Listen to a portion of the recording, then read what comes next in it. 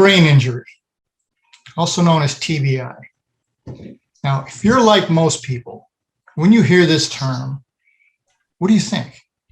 Most people think, oh, well, this only happens to football players or boxers or people in war. That's a very small percentage of the population, and I don't do any of that stuff, so I don't have anything to worry about, right? Well, guess again. Here's some statistics you need to know. 2.8 million, let me repeat that, 2.8 million Americans suffer traumatic brain injury every year. Now, let's put that in perspective. That is double the number of all the top 10 cancers combined. Double. We are one stumble down the stairs, one slip on the ice, or one losing our balance overreaching from a TBI. My name is Frank Zaccari. This is Life Altering Events.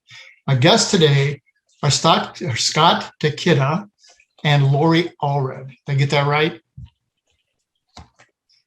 And they are almost right. All right, I'll get it to you for the end. Scott is an actor, he's a director, he's a storyteller, and he's a 6-time Emmy Award winner. 6 times. You can see him in the background. Lori is a director, producer, writer, and she's known for her work on both television and in films, and she has 5 Emmys. So we have some big-time talent here today, folks. Scott and Lori, welcome to Life Altering Events. Thank you. Lori, you and Scott gave me the ability to sit in on a table read recently, which was amazing. Why are you making this film? Well, I think, like you said, so many people are unaware of how common TBIs are, and that when they hear it, they're not sure what to think. And so we want to get a conversation started to make people more comfortable with just discussing TBIs and understanding how they can affect your daily life. Yeah, you had mentioned the statistic of 2.8 million. It's actually moderate to severe traumatic brain injuries reported every year, because there's obviously many more that happen but aren't reported because the people don't go to the hospital. And so that number is actually not just more than double the top 10 cancers. It's actually more than all cancers combined. I think there's about 109 cancers. And you hear it all the time. You hear people discuss it all the time. So, the word cancer is much more out in the public. But at one point it wasn't. In before the 70s, it was called the C word. It was like, be quiet because, don't mention it. And I feel like we're kind of that way with traumatic brain injuries. It's like, don't mention it. Well, and know that a traumatic brain injury is a concussion. Yeah. Right. And so people will go, oh yeah, my nephew had a concussion, or that is a traumatic brain injury, and they're moderate to severe, and every person's effects will be different. So one of the things that I saw in the table read is there's so many misconceptions, and people have different ways of describing it, which are kind of offensive. What are some of the things you've heard? The one that makes Scott cringe is got his bell rung. Yeah, I think it's like it's a joke. Exactly. Oh, he got his bell rung. I think there is a stigma about traumatic brain injuries because you can't see them. And it kind of falls a lot into this mental health world where, if you can't see it, you either don't believe it or it's something to be feared. And so the common media out there as far as concussions or traumatic brain injuries it's football players, so you get your bell rung. That's kind of, I think, where that term kind of comes from. Yeah. Or that it's incredibly severe, and they're gonna die, or they're gonna remain in a vegetative state. Yeah. And those are all true. I mean, you can get you can get a traumatic brain injury while playing sports, or it can be very severe. But there's a whole world in between a very, very mild concussion or traumatic brain injury and a very, very severe traumatic brain injury. There's this whole world in between. And the the symptoms that people are feeling, and it's potentially as many as 1 in 3 people who will have something like this within their lifetimes. It varies, and it can be quite debilitating. It can kind of affect how you live your life for the rest of your life. If you think about high school sports now have, well, hopefully they have concussion protocols. And they really rely on the teammates to turn someone in if they're playing injured and are not telling the coach or anyone of, any responsible human being. And so there's a lot of pressure just on the teammates to keep each other safe. And I actually think that's a really good thing. Yeah, and there's been a lot of good changes. Like I have a colleague of mine, and his daughter was going into cheerleading, and she needed to have a baseline done on her brain before starting. Just so, if something were to happen. When something happens, because that is a very dangerous sport. Absolutely. They can at least compare that to how her brain was prior and see what changes have been occurring.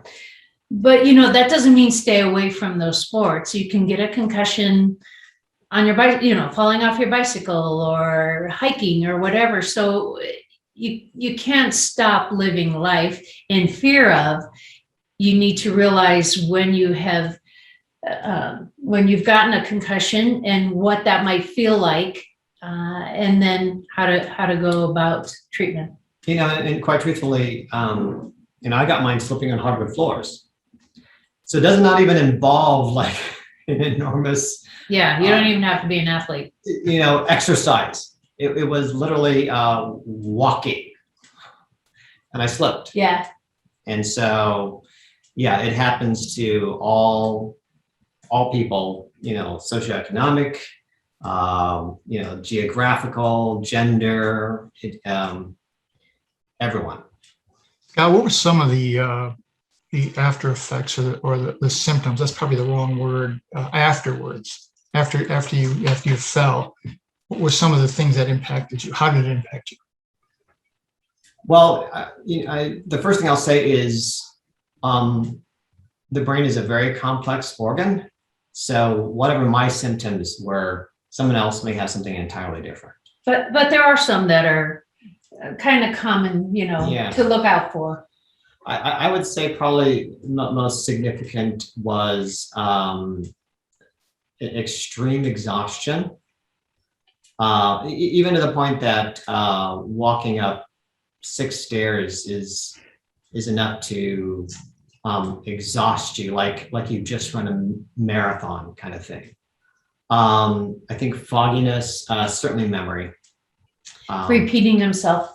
Yeah, a great deal. Because I just didn't remember that I told her something. Or he'd tell me back something that I had just told him as if it was his new thought. Like didn't realize I just told you that. Yeah. Yeah. And sensitivity to light, fogginess. But yeah, just overall all those things add up to an inability to function at what I would have considered to be a normal level. Yes. Now, Lori, you lived through this also. And this type of injury impacts way more than just the injured party.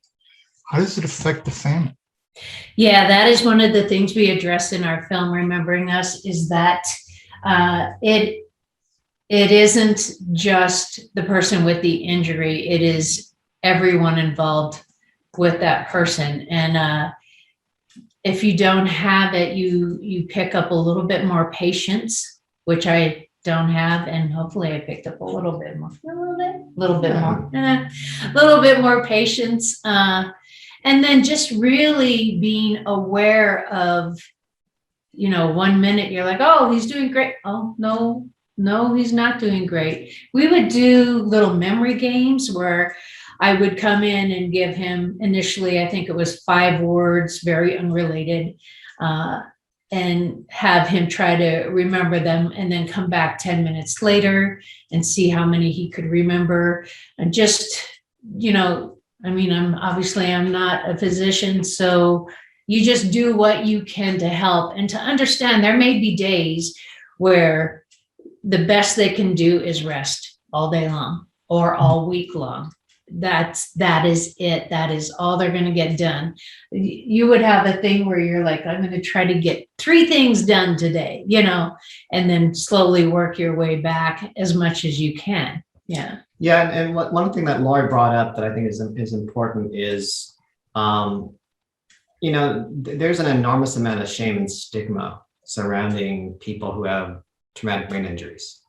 One of the statistics that the Centers for Disease Control has is that people can lose their jobs because there's this enormous misunderstanding about this. So one of the things that we've chosen to do is there's an enormous lack of media, as in television or film or things that people would watch to be able to inform themselves about traumatic brain injuries. And while there have been like documentaries over the years, there really hasn't been a feature film that comes out in the theaters that people can watch on HBO or Netflix or whatnot that addresses this. Well, the average Joe, right? Yeah, I mean, and there was concussion, which was fabulous. It was fabulous, but it is, as we have discussed, you don't need to be a football player. You just need to be able to have, be alive to be able to, get a traumatic brain injury. And so what we've created a film called Remembering Us, which pretty much documents our experiences. Loosely. It's based off of actual events, our experiences roughly over a year. And I think the healing period for a traumatic brain injury, I've heard anywhere is between 9 and 18 months. Most likely after that period, there will be some level of diminishment from prior. Which that scale is huge. Yeah, I mean, it could be, greatly debilitated or Slightly. No noticeable difference. Mm-hmm. But, for me, it certainly was enough. There's enough noticeable difference before and after. And I think the one thing that we kind of want to address is that for this large, enormous part of our population, there is a new normal that happens after you go through something like this. And you talked about with the caregivers, it's a lifelong thing for the patient and the caregiver. And that's one thing that our film addresses is the journey, not just for the patient, but for the people who have to suddenly live that their lives have been completely turned upside down. If we're in a situation and I can see he's starting to fade, but trying to power up, then it's just like, we're done. Let's go. And just to be very comfortable with that, doesn't matter if you're out to dinner or if you're on a hike or, forgetfulness was huge, right? Your forgetfulness. We had decided to go on a hike and during the winter time, and it was probably an 1.5 hour drive, and we get there and he hadn't brought a jacket. And you're like, okay, let's turn around and go home. Oh. And you want to, well, on the inside you get kind of mad, but it's like it wasn't on purpose. Yeah, what are you gonna do? So you kind of learn to check in. Do you have this and this and this? Yeah. That's still going on. Yeah. For Lori, it's a little bit like living with someone with dementia. Yeah, a little bit. And here's what's really kind of, I think for me has been fascinating. And we're now at year 5, a little bit more than year 5, is I will go through periods, like extended periods, like weeks, months, where I'm firing on perceivably all cylinders. Yeah, doing really well. You're like, ooh, we're done with that. And then it'll hit. No, we're not. Yeah. And then there will be like a couple, 3 weeks where it's like, okay. Where he leaves his wallet at stores several times in 1 week. Yeah. Yeah, stuff like that. One of the things that in the table read that I found really interesting is that the adult, the spouse or the primary caretaker, can rationalize what's occurred. Okay, I don't like it. It happened. I have to adjust. But I think in the table read there was a daughter. Yeah. Okay, what's the impact on children? They don't understand. Yeah. Yeah. And they also don't understand why they have to keep it a secret, you know? Yeah. If that's the route, in this case, the family's trying to keep it on the down low because they don't want him to get fired from his job. They don't want their friends or family thinking less than of them. So It's like living with the social stigma. And so at a certain point, if you're living with this, we're going to hide this from the world, you kind of need buy-in from everyone, yeah. including the children. And so, we kind of wanted to showcase this. And just so, the viewers out there understand kind of what we mean by a table read, we created a proof of concept short film of my experience. So it was about 32 minutes, I think, is what the entire short was. And so we spent, our lockdown of 2020 expanding the story into a feature film script. Mhm. And so we are now in the process of trying to get this feature made because we firmly believe the world needs to start opening up and having a discussion about this. So what we did, and what is fairly common in our business, is to have a table read. And maybe people have seen, normally what it is, a table read is literally you get a table and you have your cast members surrounding it and they read from a script. In this particular situation, we're still in the development process. We don't have our cast. We have people that we would like to be at a cast, but we don't have our cast. We have our wish list for We have sure. a wish list, yeah. But we got our cast from the short film together, and they did the table read via Zoom. And one of the things that we did with this table read that's a little bit different than other Zoom table reads is first of all, we got our entire cast back together again. B, we incorporated parts of the short into the table read. So you could either see things, and then also we added visuals to it. So it's not just a whole bunch of people on Zoom, you're just seeing people talking on Zoom. It is much more of a cinematic experience. So people who are interested in helping us create this film can see exactly what this film will look like. So the reason to do a feature, even though we are very proud of the short, is when is the last time you saw a short film? Exactly. I mean, we love shorts, but we're filmmakers. Mm-hmm. But Joe average person probably doesn't see a lot of shorts. And so the way to get it in front of as many eyes as possible is to do a feature. Mm-hmm. And yeah, so that is the goal. And then the other part that, because this is a project, I mean, this is a healthcare problem, I guess, that is largely unreported, largely quiet, largely people are living in the shadows because of that. And because it can affect anyone. It's not like, oh, this is something that only people who have, I don't know, blonde hair can, be affected, because it affects everyone. We want it to hit a mass audience. We want it to reach the largest audience possible, because they are the ones that are potentially either dealing with this or will be dealing with this somewhere down the road. Exactly. And so we have targeted making a feature film so it can be in theaters. Hopefully it can be like on an HBO or a Netflix, and really have it so it can start the widest conversation possible. we showed part of the short film to a large group of people and their caretakers that have brain injuries. And it was really interesting to get their reaction to it, because it was really the first time they saw someone like them represented, on the screen. And it was very validating. And it opened up a lot of conversation that day. It was interesting too, because sometimes, our experience is just our experience. It is not how everyone is going to experience it. But, there are times when I said, do you think the caregiver is too harsh? And of course, because in some scenes, she's pretty harsh.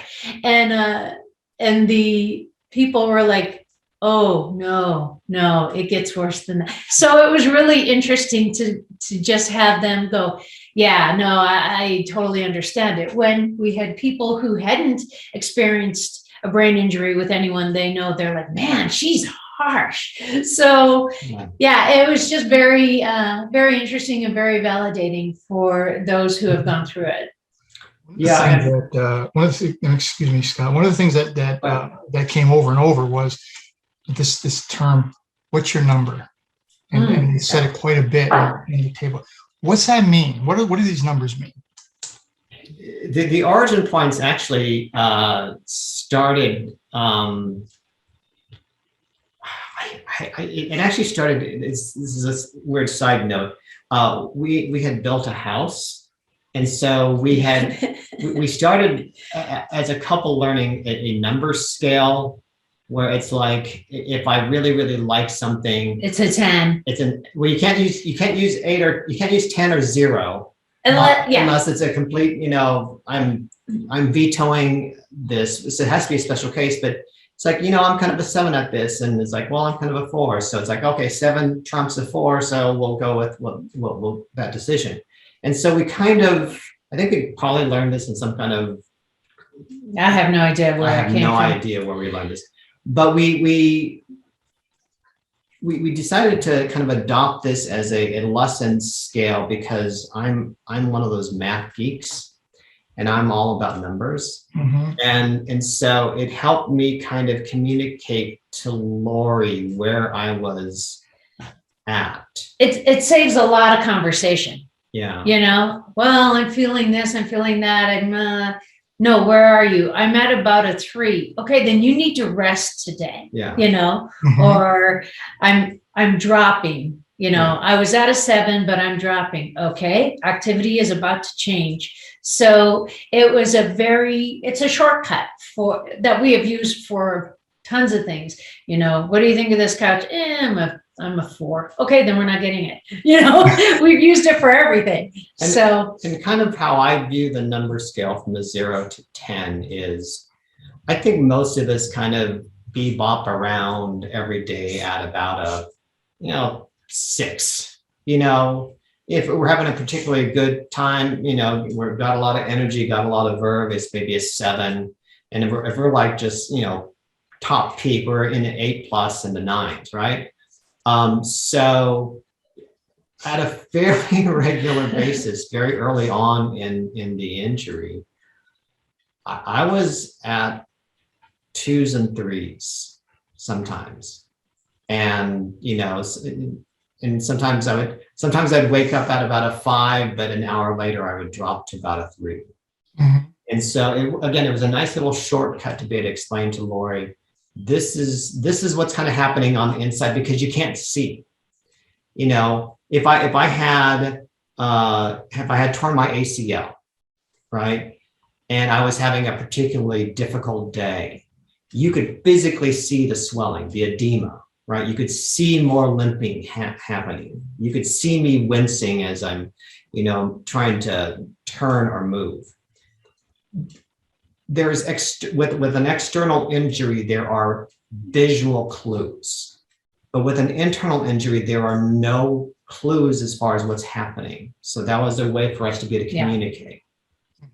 Yes, a lot of people have adopted it since they saw our short film. They're like, oh, this would save us so much time. Yeah. Yes, I thought it was terrific. I'm thinking, well, what you can figure it out. If some of these are two and things aren't going well that day. Yeah, yeah. Now, with all the research you've done, and you guys have done a ton of research, is there a cure for this?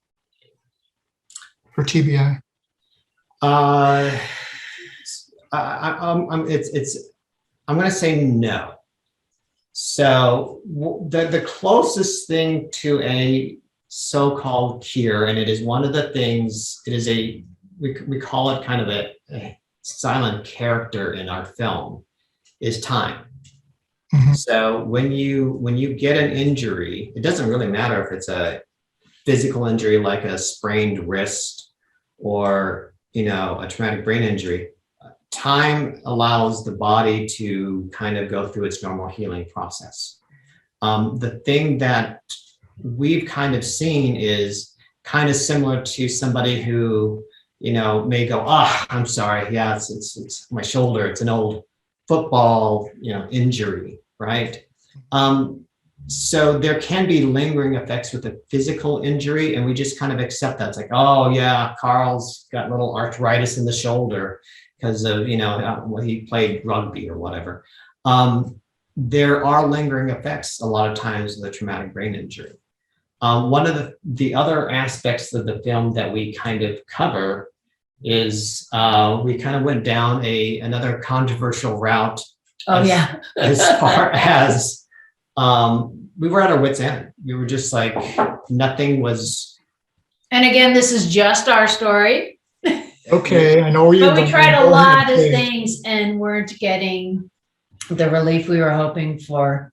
And those things may very well be a godsend to someone else, but everyone is different. So Go ahead. So at a certain point, Lori started looking at medical cannabis, and neither one of us know anything about cannabis, so Yeah. it wasn't like I'm one of those people that signed Nancy Reagan's "Just Say No" pledge. So I mean, he doesn't even drink coffee. this is my beverage of choice and only beverage. Yeah. Yeah. So as straight laces, yeah. Oh, Yeah, total goody two shoes. So However, we were getting at our wits' end. yeah, Lori was probably about a 9 as far as frustration. Like, we gotta find something. And so she started looking into medical cannabis, and she actually pulled up a CNN documentary by Sanjay Gupta talking about how it has been very helpful to certain people with either brain traumas or seizures. And Exactly. very, very specifically in Colorado, there was a young girl named Charlotte who was having hundreds of seizures every day.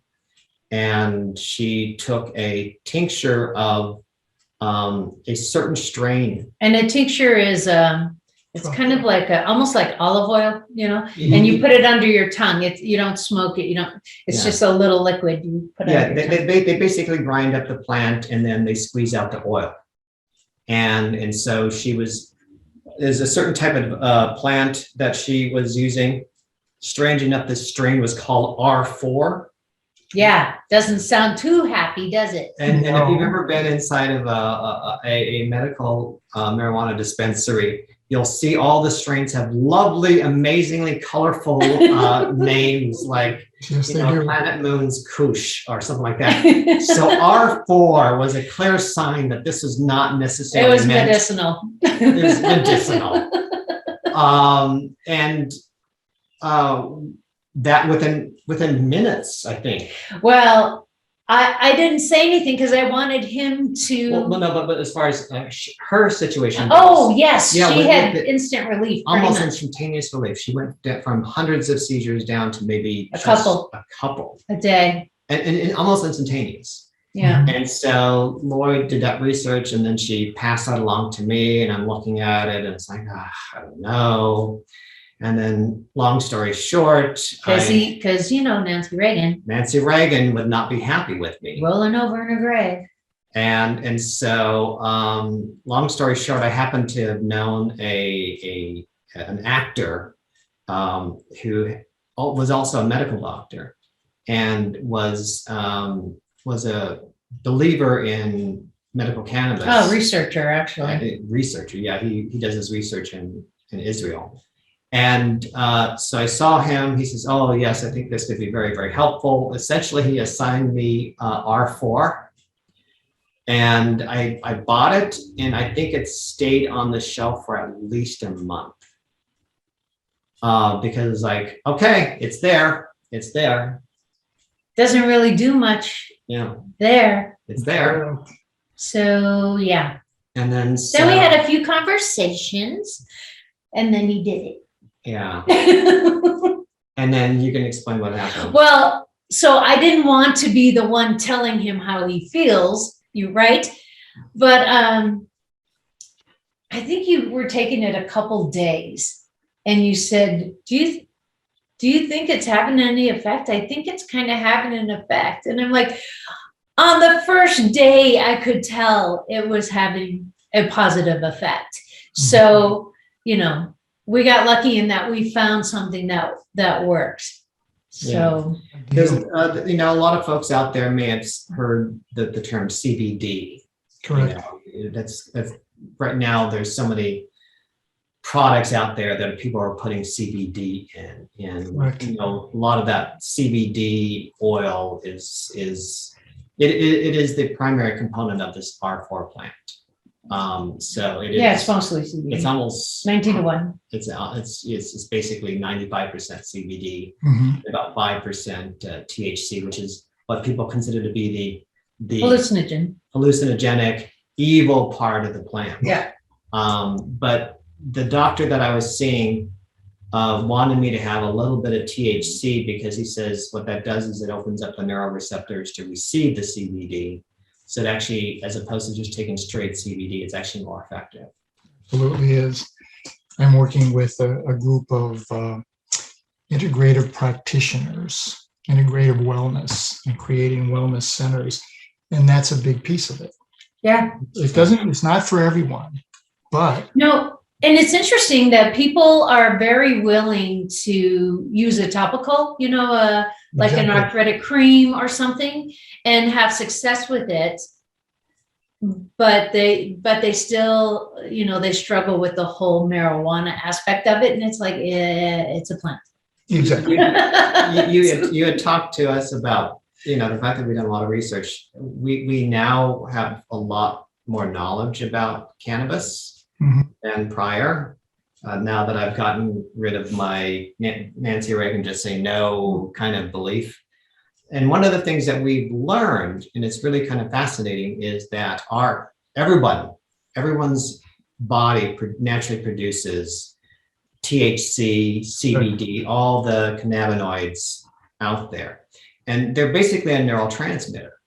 And over the millennia that, you know, human beings, Homo sapiens, have walked this planet, on every single continent outside of Antarctica, because nothing grows there, you know, various different tribes and countries have had this symbiotic relationship with this plant because it produces the same kind of neurotransmitters that our brain needs to naturally operate. So the basic idea of why CBD and medical cannabis may potentially work is that with my injury, I damaged a part of my brain that produces this CBD that helps the brain naturally operate.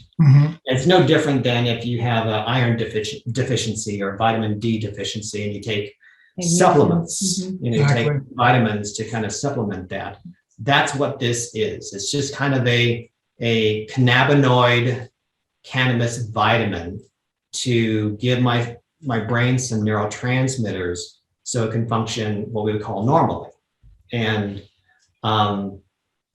you know, interestingly, there may be time periods that I forget to take it and will just look at me and go, did you take your tincture? And I'll go, I think I forgot. Of course, he still has never gotten high or anything like that. So Nancy Right. wouldn't be totally mad. But Yeah. There was a story when I was in the military, and someone, I saw a lot of TBD and PTSD. I was a military medic, sure. and one of the guys said, I had a talk with God, and I said, God, why do you have so much suffering in the world? And God said, I gave you the plant. And he said, what they made it illegal. And he said, I can't cure stupid.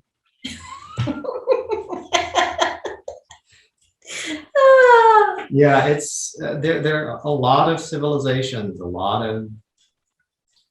throughout the millennia have found enormous amount of comfort from this plant for a lot of things. And so again, we're not waving the flag saying if you have a TBI, you need to do this. We're just saying it is an option though. And I think not everyone is aware that might be an option for them. Absolutely. And one of the things also that we did explore in our film, and we kind of went deeper with the feature that you saw on the table read, is just as there's this social stigma and shame about traumatic brain injuries in a good portion of our world, even though public opinion is shifting, there is still kind of this social stigma about medical cannabis. And so one of the things that we've kind of discovered as, we took a huge risk in creating this film and in essence, kind of coming out.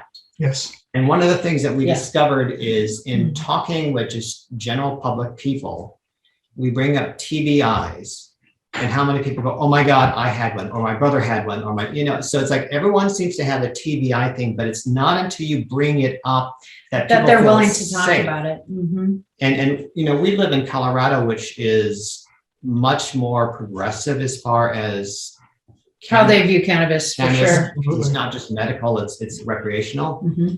And yet even with that, we'll bring up the medical cannabis part of it. And then that gives people permission to go, oh my God, my grandmother uses it. So it's like, there still is this kind of, I will not openly talk about this.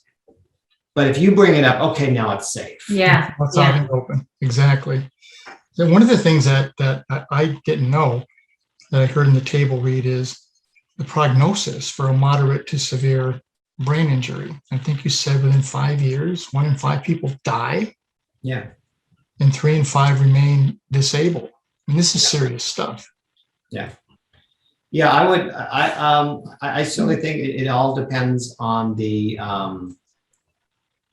on where you fit on the moderate to severe scale as far as death goes. I would not be surprised. Again, this information comes from the CDC, and I didn't have a chance to really dig too deep down into the research.